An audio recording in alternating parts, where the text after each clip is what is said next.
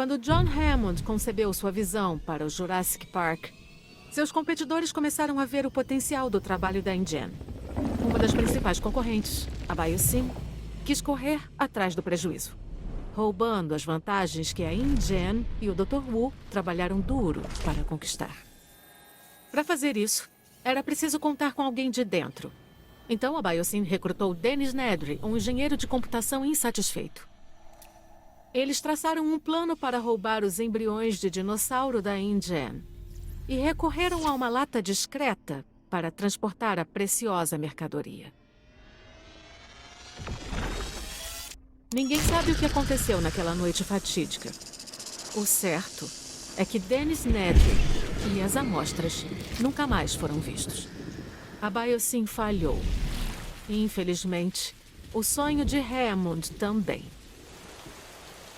Décadas mais tarde, o empresário Simon Masrani tentou outra vez. Desta vez, ele conseguiu entregar ao mundo a visão de Hammond.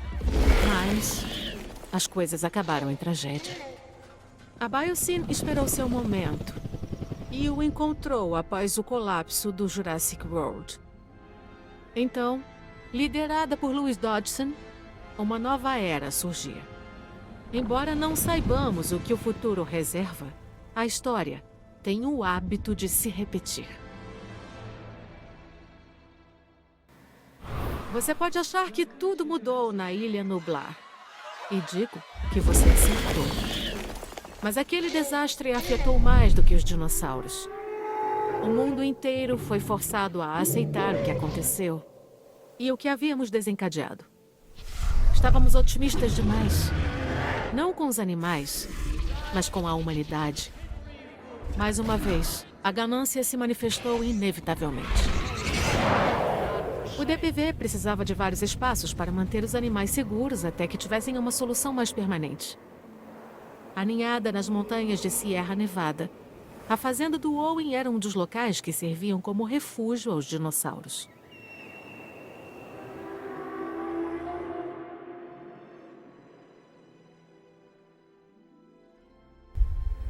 Encabeçada por Louis Dodgson, a Biosyn Genetics entrou em uma nova era de bioengenharia, construindo uma utopia para os dinossauros que criou.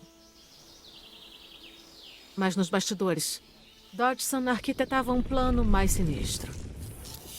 Eles estavam criando gafanhotos pré-históricos, capazes de destruir qualquer plantação ou terra que não usasse as sementes da Biosyn.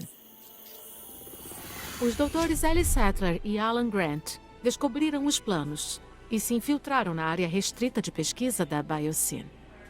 Eles conseguiram coletar as evidências de DNA necessárias para provar as intenções nefastas da Biosyn.